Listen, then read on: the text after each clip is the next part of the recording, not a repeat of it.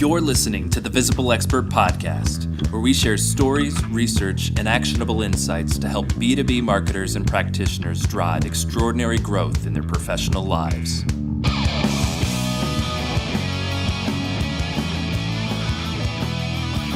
Hi, everybody. Thanks for tuning in to the Visible Expert Podcast. I'm John Tyreman. I'll be your co-host and guide on your journey to visible expertise. As always, this podcast is brought to you by Hinge Marketing. Check us out at hingemarketing.com. We've got a lot of really cool stuff going on over there. We recently opened up our Hinge University for free to everybody. And all you need to do is sign up, and you've got access to a plethora of free marketing training resources. If you're looking to implement keywords on a blog post, you don't know where to start, that's a great place to start. If you're looking to conduct a webinar or do research, there's lots of great information over there, so head on over to hingeuniversity.com and get set up today. On today's podcast, we're going to take a look at our most recent research study, the 2019 High Growth Study, where we looked at over 1,000 professional services firms. The study encompassed over $1 trillion in combined revenue and over 17 million full-time employees. When we looked at the data, we wanted to see what the fastest growing firms, those that are growing 20% annually, what are they doing differently than firms that are not growing at all? Recently, I sat down with Lee Frederiksen, the managing partner here at Hinge, for a webinar where we took a look at what are the 5 things that drive growth in professional services. What are the 5 things that these high growth firms do differently than their no growth peers? And so the first thing that we found that high growth firms do differently is differentiation is their number one marketing priority. So listen in to what Lee and I have to say on that. If you want to grow fast, you need to focus on your differentiation. You need to find out what is different about you in a way that is not just different because you say it's different. It's different because you can point to something specific. You can prove that it's different. And you are doing something differently. And importantly, it's relevant to your clients. I mean, you can do something different. You can wear purple socks on Tuesday. But if it doesn't really matter to your potential clients, they're not going to say, okay, well, that doesn't matter. So yes, it's different, but who cares? So one of the things that we want to talk a little bit about is what some of those kinds of differences are. But before we do that, let's look at the other things that these firms tend to focus on in their marketing priorities. Another one of those is the marketing mix. That is a mix between which different kind of techniques are you using to reach your audience. And in a subsequent one of these, we're going to show you how important that is to get that mix right. And that's what a lot of firms, almost half of them, are focusing on. Yep, and then the next one down the list is that content calendar and the content plan. And I thought that this was very interesting, and this is one that's ascending the ranks year over year. More and more important every year. Exactly. I mean, we talked a little bit about commodity. Lee, let me ask you a question. Do you think that just doing content marketing is becoming sort of commoditized? Well, I think it is. It's becoming just like social media and a focus on online used to be one of the things that distinguished between a high growth firm and a not. The high growth firm were doing more online marketing, and the ones that were slow growing tend not. Well, what's happening is that sort of difference in terms of who's using it is starting to erode. So in other words, the digital divide, if you will, between firms using online approaches and using digital approaches, most firms are now using them, but the difference is how well you're using them. So it's not just whether or not you're doing them, it's how well you're doing them.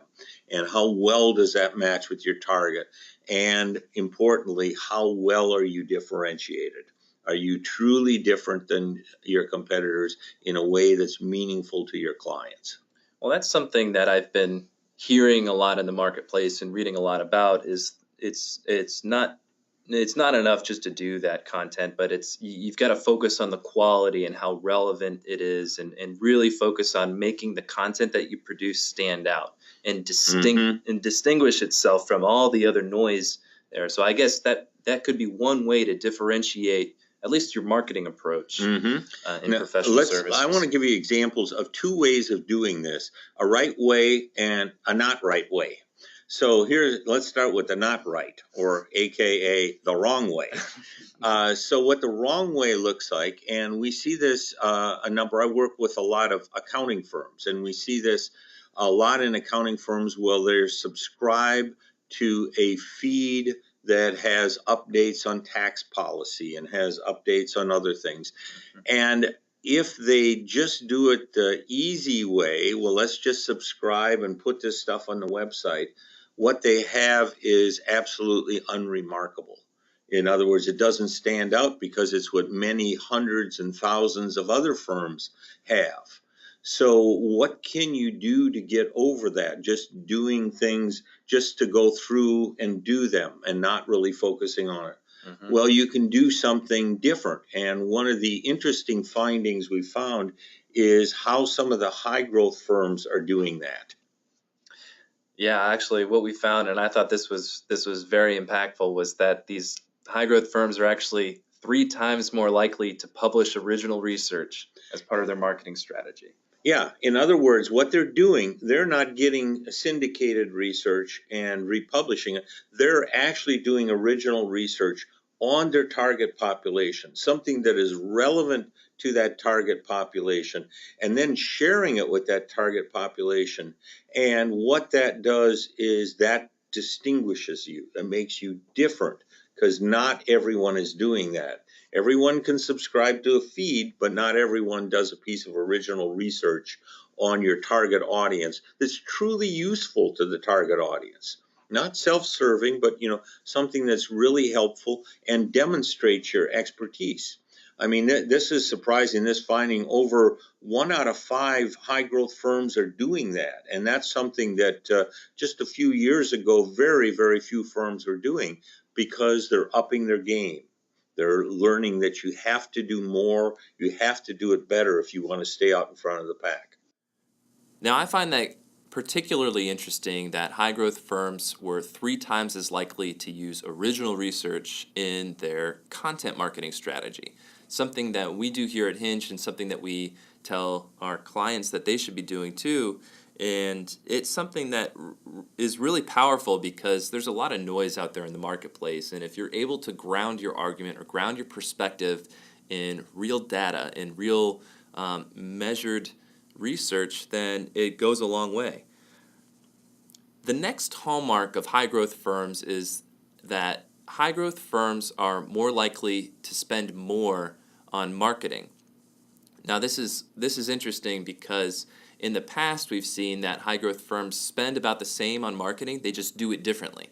But today that's changing, and we found that high growth firms spend a median marketing budget of 5% of their annual revenue on marketing, whereas average and no growth firms spend a median marketing budget of about 3%. So here's Lee and I's thoughts on that. For a number of years, we found consistently that high growth firms did not spend any more on marketing than an average growth firm or low growth firms. They spent the same amount, but they just spent it differently. And that was a great message, and it's very hopeful. Wow, I can just reallocate some of my marketing spending, do it better, and I'm going to get better results. Well, I'm sorry to say that window is closing. And what's happening is we're seeing this, I believe, is our second year that we're seeing this, and it's locking in as a more solid difference that high growth firms are outspending the average growth and no growth firms. They're actually spending more on marketing and growth. And so the real question is why? I mean, if they were growing, spending the same amount, what's different? What happened? Well, I think it actually, we touched on it a little bit earlier when we talked about the influx of competitors into the market, and then the saturation of content marketing. Yeah. And so you've got a very cluttered, noisy marketplace out there. I think this speaks volumes about what it's going to take to be able to elevate your marketing to the next level. Yep, yep. And it's many people have historically thought, from some of these old baby boomer partners at these different firms that, this is all a relationship business and it's not what you know, it's who you know. And, it's all about trust. And yeah, those things are all important. But if you're in a noisy marketplace and no one knows you exist and no one understands how you're different, you got a heap of trouble. Or if you're trying to build an audience too. Yeah, exactly. Yeah. So you may have to spend, a higher proportion of your revenue on marketing than you had to before, because it's getting more complicated, it's getting more complex, and so you need a wider variety of skills, and that's what this, I think, reflects. Okay, so high growth professional services firms focus on differentiation, and we found that they outspend their competitors on marketing. Well, the next hallmark of high growth firms I think is particularly interesting, especially for folks that are listening to this podcast, is that subject matter experts within high growth professional services firms have a skills advantage. And I think it really speaks to the culture within these high growth firms and their focus on creating an environment to cultivate these, what we call, visible experts. One of the reasons we believe that high growth firms are growing as fast as they are is their experts, their subject matter experts, have more skill in terms of conveying that expertise. They tend to have more skill in networking face to face, as well as networking on social media. They tend to do better job at putting together presentations and webinars and speaking engagements, and they tend to do a better job of writing. Now, you don't need to do, as an individual or as a firm, you don't necessarily need to have every person do all of these things. You can have some people who are good at presentations. Other people may be good at writing. And in a modern, contemporary professional services firm, you probably need to use all of those channels.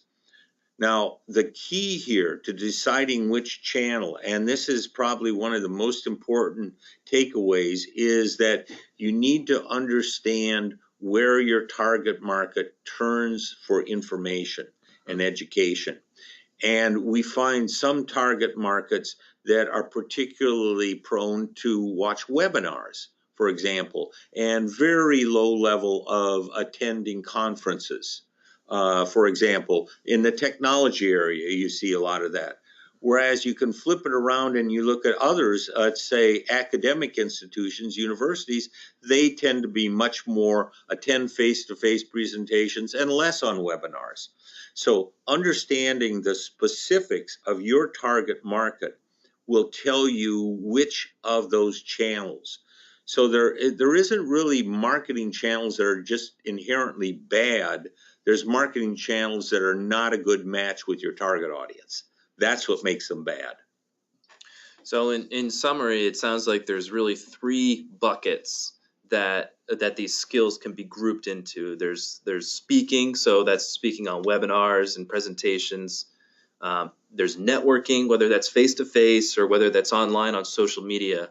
And then there's writing. So it sounds like these are different channels to communicate your expertise. Yes, and the point is that all of them are viable channels if they match with your target audience. That's right. And so if you hear someone saying, oh, it's all face-to-face networking, that's the only way to do it, well, they may be right, but it's just as likely that they're wrong, and that's not the way to do it for that market. So you need to understand which markets are amenable to receiving information from which channels. And if you can match it and have good skill with that, you're going to get probably a good marketing success. I guess it pays to do the research on your buyers. Pays to do the research on your buyers, yes. Okay, so far we've learned that high growth firms focus on differentiation as their number one marketing priority. They outspend their competitors in marketing, and they have a culture of cultivating visible experts within their organization. Now, the next hallmark of high growth professional services firms is particularly interesting because it's something that we've seen a lot of activity around in the marketplace. And that's the notion that high growth professional services firms leverage mergers and acquisitions as a part of their growth strategy. High growth firms were more active and more likely to leverage mergers and acquisitions. Which is kind of interesting because in the past, what we found is that, boy, high growth firms tend to be mostly driven by organic growth. So it seemed counterintuitive that why would you have all of this merger activity within high growth firms? And it raises the possibility that when John and I were first looking at this data, we think, what's going on here? Is this a matter of high growth firms? Are they merging their way to growth? Are they buying this growth by merging? You know, you would think with all the M&A activity going on, almost a third of these involved in something, you would think maybe that's what's going on. And 37, almost 38% of high growth firms being involved in a merger, is this all driven by growth? So we actually have an answer to that question. Yeah, I remember sitting around and scratching our heads about that. So we definitely decided to dig a little bit deeper and answer that question. And what we found was that most of the growth in professional services, 82% in fact, is actually driven by organic growth rather than. Even though a third of them are doing mergers, over 80% of the growth, almost 83%, is driven by organic growth. Whereas in the average growth firms, less than that, 73%, about 10 percentage points lower, is driven by organic and more is driven by M&A. So what does that mean? I think what it means is that the mergers and acquisitions for high growth firms tend to be more strategic. They tend to be a little bit smaller and they tend to be focused. So when you go in and you look at the examples of these firms and what they're doing, they're adding a capability to an existing. They're doubling up on their expertise. They tend to go deeper and more specific rather than just adding another firm like that. You know, we've seen with all the, again, I'll go back to the accounting and finance, although you see it in other areas as well, where there are some firms that just are merging with firms that are much like themselves, and all they're getting is some geographic diversity or something else, but it's not necessarily driving their organic growth. Where in this case, actually the mergers tend to be driving higher levels of organic growth. So there we have it. That's how high growth professional services firms are leveraging M&A to grow faster in today's competitive environment. They're using M&A to add to their expertise as opposed to their service capabilities. So we've talked about 4 of the 5 hallmarks of high growth firms. So let's take a look at number 5. And that's the notion that high growth firms target their clients on a mix of both traditional and digital marketing methods. These high growth firms are actually targeting clients on a mix of both digital and traditional channels. Mm-hmm. And then one thing that actually we found, and I'll take it a step further, is that when we analyzed the marketing mixes of these high growth firms, I was blown away by how evenly distributed the digital and traditional practices are. It was 50-50, literally. Mm-hmm.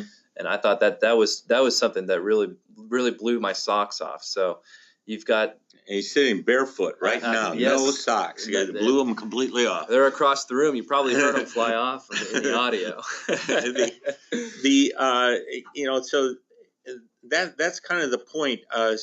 Several years ago, we came up with a finding that showed that the firms that were growing the fastest were the ones that tended to have a balance between digital and traditional thing. And lo and behold, here Several years later, you look at what are the fastest growing firms do. They got an even balance between digital and traditional. So you're not absent from a whole section of the marketplace. You're understanding where your clients are, how their behavior is changing, and you're matching your marketing to the changed behavior. And that behavior tends to be around how they research problems, how they look for alternatives, and how they evaluate those alternatives. So only the really important stuff is what's changing. And there you have it, the 5 hallmarks of high growth and professional services. If you found this podcast helpful, please rate, review, and subscribe and tell a friend. It really helps us out. And if you found the research insightful, please go to hingemarketing.com and download our 2019 High Growth Study. And if you want to listen to the full webinar audio, just go to our webinar vault. It's on our library page and scroll down to webinars, and you can see all of our past webinars in case you missed them live. Thanks for tuning in to this episode of the Visible Expert Podcast. Happy branding!